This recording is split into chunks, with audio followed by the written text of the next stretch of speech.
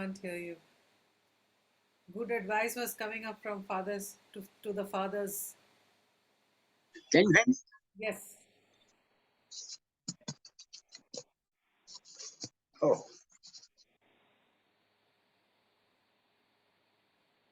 Yep. This is perfect.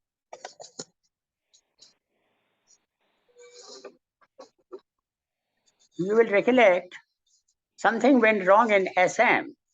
I would say this is about late 1981, early 82.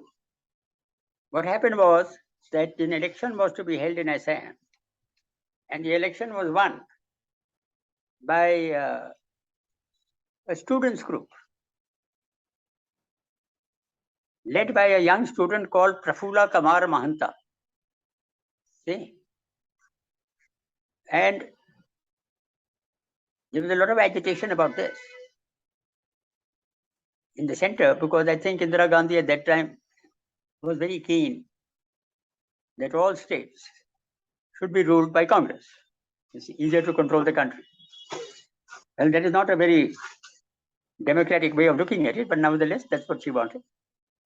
So I think a certain amount of destabilization was being attempted so that the Assam government would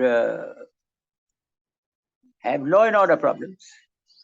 And then with the president's assent, the government could be sacked and a new government elected after 6 months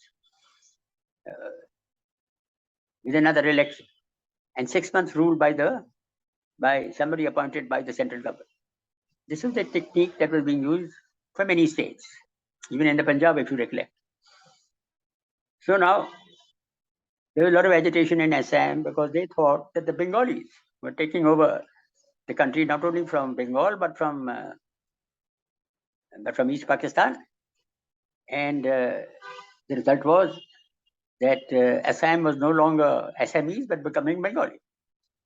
So the students' agitation really went to town to get themselves elected on the plea that we must have Assam for Assamese and the language must be Assamese and not Bengali. See? So they won the election. Now, since there was a lot of firing and all that going on, and everybody shooting at everybody else, the army was called out since the police was unable to control. That's a normal thing. I don't know whether the police wants to control or they are not able to control or what is the reason.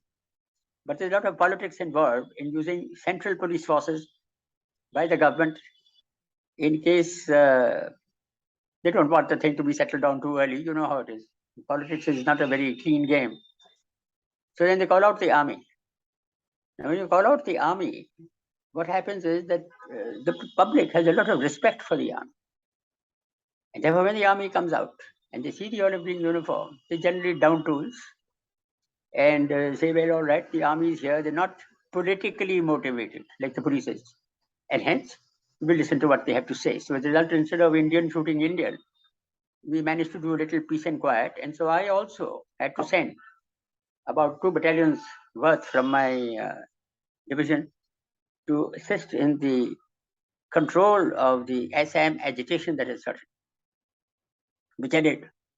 And when these people came back, I used to have long discussions with them as to what they saw and what they heard and what do they feel about the task that they had achieved. And I think every one of them understood that we in the military, when called out in aid to the civil authority, do not want to shoot our own people. Therefore, persuasive methods have to be used to try and cool the issue. And the people give a lot of respect to the olive green uniform. And we understood that the politics of a particular state and the central government vary, and hence one has to tread carefully in this matter, but at the same time, shooting each other has to stop. You don't want that. Now, this carried on for a long, many years, right at the time I became an army commander. But nonetheless, one in the military learns a lot of lessons as to what is wrong with the business of Indian fighting Indian, shouting at each other or going into riots and things like that. There's a lot of politics behind it. And until we clean out those politics, that politics, uh, things are not going to settle down in our country. If you notice the world scene today, or even anytime, there's a lot of conflict in the world. Now, India has got a position in the world of being a very sensible country which thinks 10 times before it goes into conflict and is not wanting to attack other people for no reason, but at the same time will defend itself as with as much capability as possible. And we also know that we don't interfere much in others' affairs, yet we do help others with medicines and with evacuation. Uh, and also, even for this COVID, you recollect, we sent so many doses of COVID abroad when we hadn't had enough for our own people. That is the reputation abroad. But this power of India will not be really effective unless there's peace and quiet at home. If there's agitation at home, that means you're not much in control of your country. Now, mark you, there are a large number of people outside this country who do like to interfere with money and weapons and equipment to create a bit of chaos. We have to be alert to that, and it takes time for the citizens to mature enough to understand that there is a game being played when somebody is agitating and asking them to join an agitation for conflict. This is going to take time. But nevertheless, we've done 75 years, we managed to reach this stage, and I think there's a lot of necessity uh, of creating peace at home. Internal conflict has to be brought under control and prevented for large measure, despite provocateurs from abroad. Uh, if this country is going to reach the position of eminence that it is hoping to reach someday. See, a lot of lessons learned in the military, and I learned that with Sikkim. I learned it earlier also in Nagaland and in Mizoram and other places which I have described already. Well, as far as the Chinese are concerned in Sikkim, after the 1962 war, I think both in the military and in the public and the government, there was some fear of what's going to happen next if the Chinese get bulky. The reason for this is that the Chinese have developed military power far superior to us, and the communistic system has also advanced in many areas of science and technology, weaponry, military, and public works, which is not easy to match. Nevertheless, a democratic system does take time. So what we found is that in Sikkim, for example, there's a long distance between the high altitude plateau I've been describing and Gangtok and the Chungtang and the inhabited areas. This is about 150 kilometers, more or less, of wild mountainous region with very poor communications being developed there. So when I took over the division, I said I wanted a road. A class 40 road means a road broad enough to take tanks from central Sikkim, Gangtok and Chungtang, let us say, up to the high altitude plateau. So they could defend. You have to move troops up in case you want to defend. Get to know about high altitude fighting and how to defend or attack there.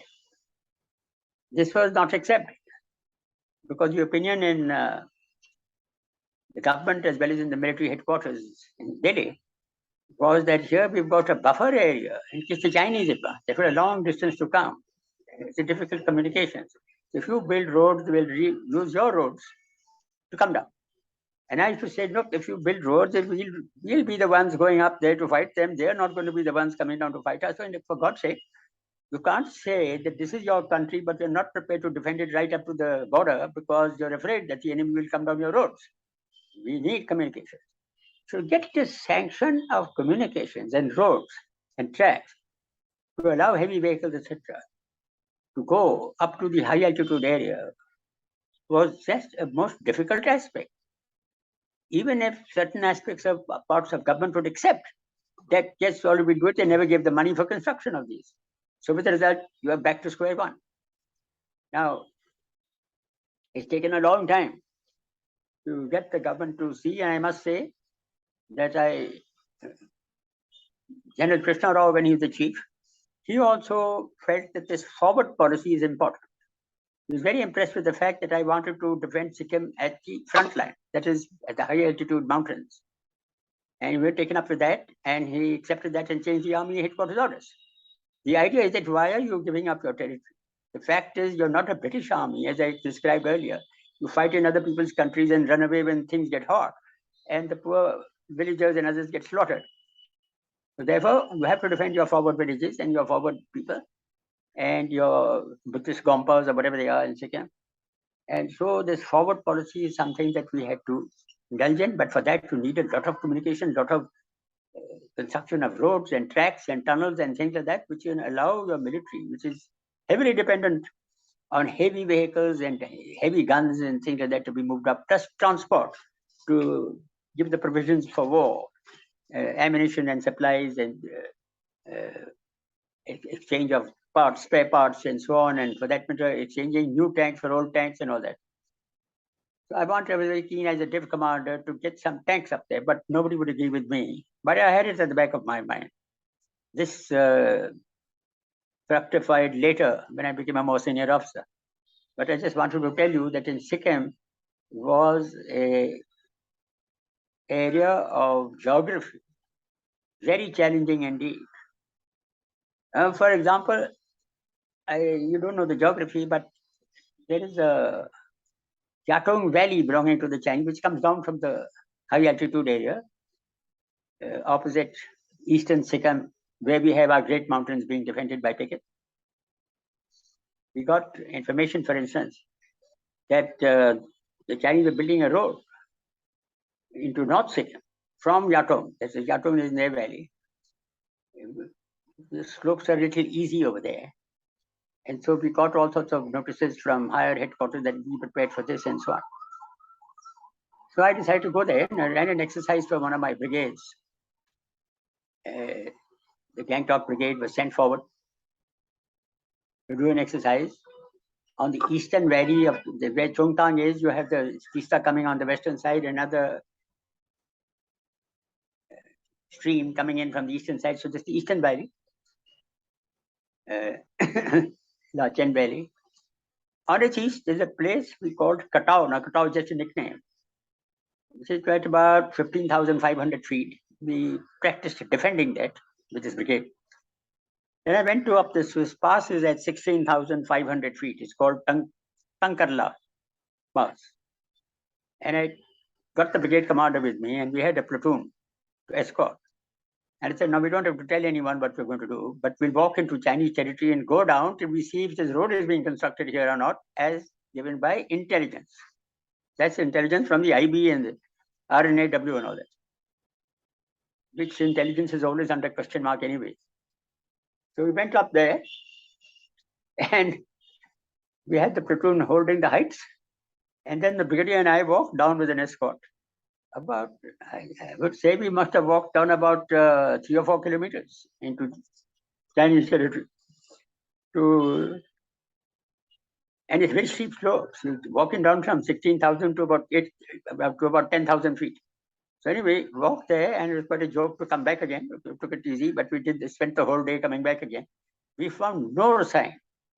So we had to send a report to higher headquarters through the Corps headquarters in North Bengal, to Army headquarters and the Eastern Command and all that, to say this news is faulty and this intelligence is incorrect, because we have had very good information and intelligence to the fact that no road exists here. So we were questioned, where did you get this high class intelligence from? Because your intelligence has to be compared with what Army headquarters intelligence is saying, or the government's intelligence. So I didn't want to let on that I myself had done it, but I said, grade A intelligence absolutely dependable, almost like seeing everything with your own eyes, that sort of business. Anyway, that was accepted. And that, what we call it in the army, is a flap, that people get excited about something being done, which is not being done. That was done. Now, as far as Sikkim is concerned, the friendship with the local people was very good. In fact, there were two sets of people, the Gurkhas on the one side. Now, Narbadar Bandari had become chief minister, so he was a good friend. I knew him and his wife very well. And the Bhutias and Lepchas became good friends because we used to visit their gompas and all that, and associate with them. And my ADC had married one of their girls, which is an important factor, and good relations. So there was a feeling in higher headquarters that Sikkim Chogyar and others are in contact with the Chinese in Tibet to work against the Indian government. Now, this unfortunately, this sort of thing carries on with Nepal, it carries on with Bhutan, it carries on with Sikkim. So somebody sets the ball rolling to make people concerned about these places so that the actions against them become more harsh, which unfortunately is not a good thing to do because these are very loyal people. And we went to the extent of making Mr. Chogyar an honored guest in our military units also. He's an honorary colonel of the Gurkha regiment, by the way. So despite all, we have brought him back into the social system, despite the fact that he was no longer king. I think this good relations with royalty is necessary. And one has to, because they have a lot of following amongst the people, since they have been the ex-rulers. This is a bit of politics that we learn in the military anyway, and of course we carry on and see where the country goes next. But with our border states, we have to have respect for their systems of government and governance and the so-called kings and all that, and respect that, and not look down at them because we are, a republic and they are not, or some words to that effect. So much for Sikkim. I also visited Nepal, by the way. This is a private visit.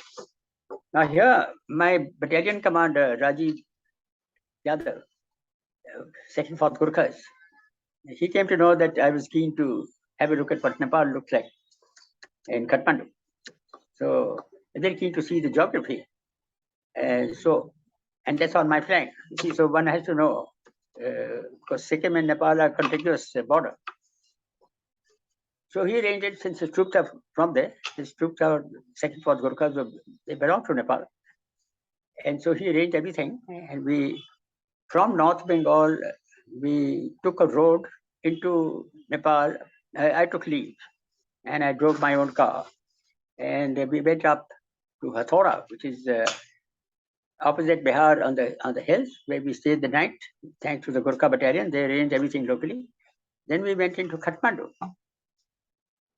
Now the road that went to Kathmandu when I went, this is 1981, early 82. Road was horrible. So I asked who made the road, and the Nepalese people told us this is what Indian government has made for us. In other words, the road was made, but then nobody maintained it. So it soon, after some monsoons, reduced to dust. And it was terrible traveling on this road. Chinese, meanwhile, had built a road from Tibet towards Kathmandu, beautiful tarmac, 4-lane highway and all that sort of thing. And all the Nepalese used to say that, they do a good job of work, India does a very poor job of work. But I came to know later that India had constructed the road, but then Nepal government had prevented them from doing maintenance job. They said, we'll do the maintenance. And then they didn't do any maintenance. Anyway, this is part of politics, so we won't go too much into that. In Kathmandu, I stayed, I told you earlier that there was a Rangpo distillery. And there was a brigadier called Noshgir Grant from the engineers who was in charge there. And he and I became good friends because he was a very good friend of my elder brother. He's being an engineer. And since he was running the Rangpo distillery, he sometimes made some very good Scotch type whiskey for us, which we were very appreciative of. And he had a brother living in Kathmandu. So he told me, if you go there, you stay with my brother. So we stayed unofficially, Srupi and I, with his brother. Now, when I had done my junior command course as a young captain, when I was at the 1st Armored Brigade in Babina, gone to Mao, I had made friends with a Nepalese officer who was doing that course. And we became very good friends there. Now, he had become a general in the Nepal army, and I had become a general in the Indian army. We were captains when we got to know each other. And his name is Bharat Kesar Simha. And his wife, I've given you his name earlier. His wife was a top photographer. You know, she had a hobby of photography. She had a photographer shop in Kathmandu. And Bharat had become a quartermaster general or something of the Nepalese army. So I contacted him, and he said, you know, you're an alien. We can't meet like that. But what you do is, you and Srupi come walking in the main mall. All the shopping center is in Kathmandu.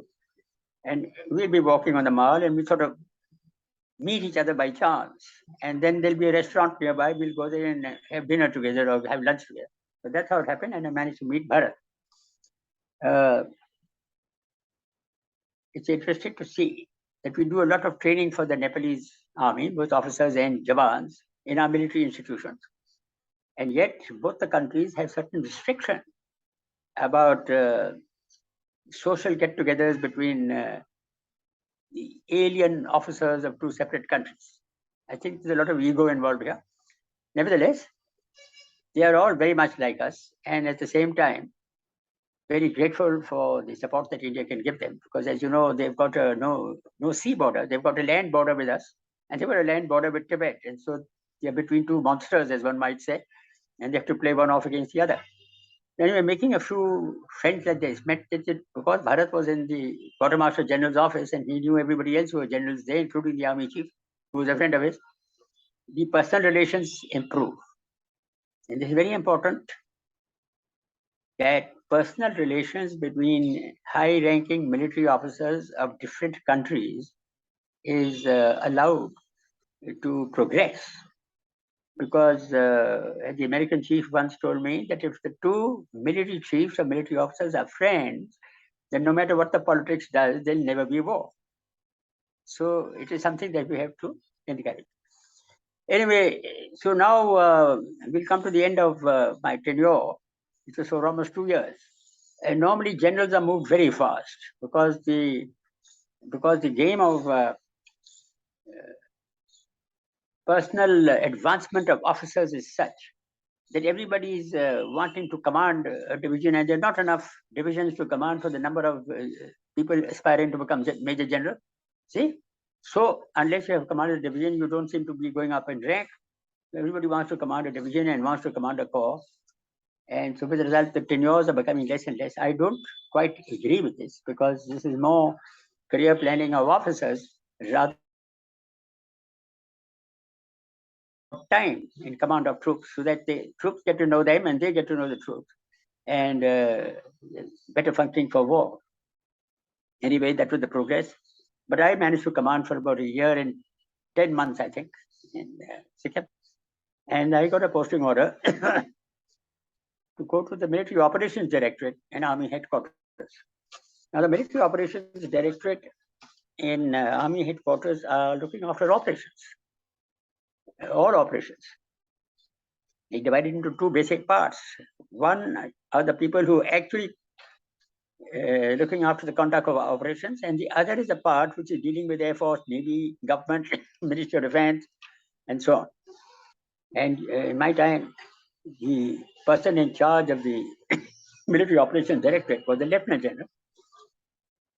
And he had two major generals under him, one in charge of the operation side and the other charge of everything else. So I came as a major general in charge of the everything else side, the Army, Navy, Air Force, organizations, and planning, and personnel. That means how to reduce personnel if you want to raise new units, etc., etc. And you have to be in relations with the Ministry of Defense and also with the Army and the Air Force and the Navy and Foreign Ministry. So I was posted out, and the person who had to relieve me was Major General Hanuj Singh from the Pune Horse. He was in that job, Major General in the military operations, which is known as MO, military operations. Since he hadn't commanded the division, he was posted to Sikkim to take over from me. Now handing over and taking over takes 4 days. So the gentleman arrived, and I told him, I said, look, we have to fly you in a helicopter through these great mountains. Then you will understand the terrain and how we are defending it. And also, what are the ways in which certain offensive operations can be carried out, if and when the occasion arises. So I'll arrange the helicopters. So he said, what time would that be? I said, that will be at, say, 6:30 or 7 in the morning, because the clouds build up by 11:30, 12, and you can't fly.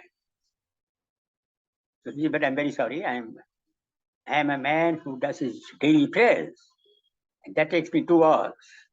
And I start at about 7 in the morning until 9, I'm doing my prayers, my puja. So I can't take off before that. I said, well, we have to hand over the division to you. And unless you see the ground, the prayers are not going to help you very much. I know God is great, but still, you have to function correctly before He can help you. So there was a bit of discussion on this. So I arranged the helicopter next morning, and that should take off at about 6:30 in the morning. And I told them I'll be at the helipad in Gangtok at 6:30 in the morning. If you feel like coming and decide to do away with your prayers, then I'll be very happy to conduct you and explain to you these mountains and how best to defend them. And in any case, the Lord Shiva's mountains will be thrilled to see them.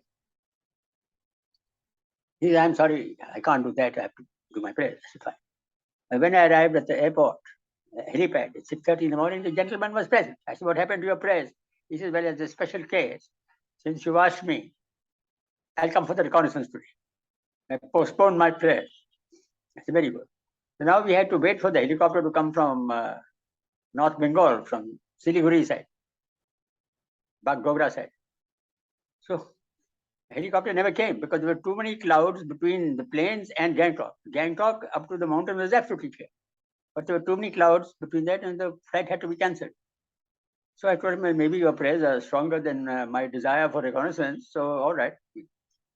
That was the result. The result of 4 days, I couldn't carry this man to the mountains, because every morning it was either cloudy from the plains to us or from us to the mountains. So that was it. Anyway, we handed over the rest to him, and I took over his job in Army headquarters, and he took over my job in Gangtok. On my way to Army headquarters, I must tell you that in the Military Operations Directorate, you cannot be posted there unless you have done 2-3 tenures there already. It's a very classy area. You take top class officers from staff college when they're captains and majors, and bring them for a tenure into the military operations. Then you send them back into the army to see how they, provided they function well in aspects of command and so on. Then you bring them back as a colonel to the MO directorate. Then you bring them back as a brigadier. Then you bring them back as a general. So I think I happen to be the first case where I had never been in military operations earlier, but I came as a major general. See, and maybe that is because of General Krishna Rao, who took a shine to me after his visit to Sikkim, and also the fact that we had gone to Yugoslavia together. He probably asked for me, and so I arrived over there, which means that if you're on a good wicket with your boss, then things happen. Otherwise, that is also a kudrat or a kismat, I don't know what it is. Probably you should have experiences of such a nature yourself. So when I arrived in the Military Operations Directorate, the boss was Kamal Hazari, KK Hazari, about 6 months senior to me, and now almost a year and 6 months senior, because I had lost some time because of my supersession to the rank of brigadier. And anyway, I had known him in the academy also, because he's just 6 months, one course higher than mine. So we got on very well. And I recollect that in the Ministry of Defense, the RRM, that's the number 2 to the Defense Minister, Raj Raksha Mantri, was a officer, Singh Deo. His name is Singh Deo. We are from Assam, Bengal, that area, right? Assam, I think. And he had joined the territorial army, the parachutists. So he had done a number of parachute jumps with my elder brother. So with the result, he and I became on a good net because he knew my brother very well, very friendly to my brother. And he was in the territorial army as a major, I think. And with the result, he wanted to visit Sikkim. He's the RRM. And so he asked the military operations director for a briefing. So hardly I just arrived there. And so Kamal Hazari told me, he said, look, we and you go and brief the RRM, the Raj Raksha Mantri, for his visit to Sikkim. So I said, fine. I took a map and a pencil and I landed up there. And Mr. Singh Deo had a colonel as a staff officer outside from the TA who sat me down and gave me a cup of tea. And at that particular time of the meeting, I was 5 minutes earlier. But the minister had somebody busy with him. So I was asked to wait. So I waited for 10 or 15 minutes. I had my cup of tea.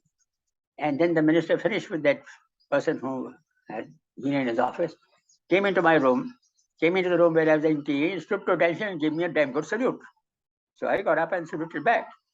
He said, no, I'm a TA officer and I'm only a major and you're a general, so I've got to salute you. I said, anyway, that's the way it is. So I said, now I've got this map here, may I come and brief you? So I described the whole of Sikkim on a map and a pencil, just on the map. No notes, no saying, of course, everything was very fresh in my mind. I told him about the terrain, I told him about the defense problems, I told him about the communication problems, I told him about the fear of India of the Chinese and how we have to get rid of that, and I told him about the politics. How did Narmada Bhandari become the chief minister? His rather poor relations with the governor of Sikkim, you see, because the governor of Sikkim didn't get on with him and he didn't get on with the governor. So with the result, there was some dichotomy going on there. His politics is there. It's different, everything. I said, now any questions? He said, no, General, thank you very much. No questions. He became a friend for months and years after that, Singh Deo. And he belongs to the Congress. So naturally, when Congress demitted power and other people came in, then he left the job and he went off somewhere else. A very interesting man.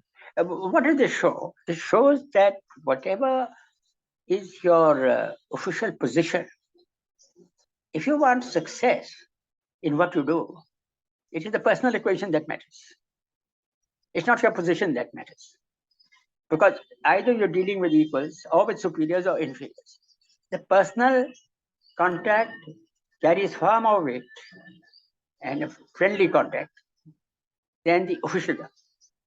If somebody doesn't want to do what you are asking to do, he can buck it, you see, because that's how the world is. So what is the lesson here? That when you get into a job, you have to move around and make personal friends in all the departments you might be dealing with. And then things move so fast, you see.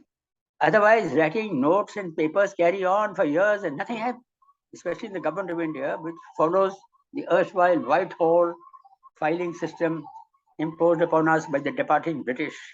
Just the final kick they gave us. We still follow that. You can keep on writing notes, and notes will carry on into years, and no decisions are taken. But if you make a personal visit and personal equation with the authority concerned, whether it's financial or whether it's otherwise, much more can be done. See? So anyway, that's a lesson. One learns that.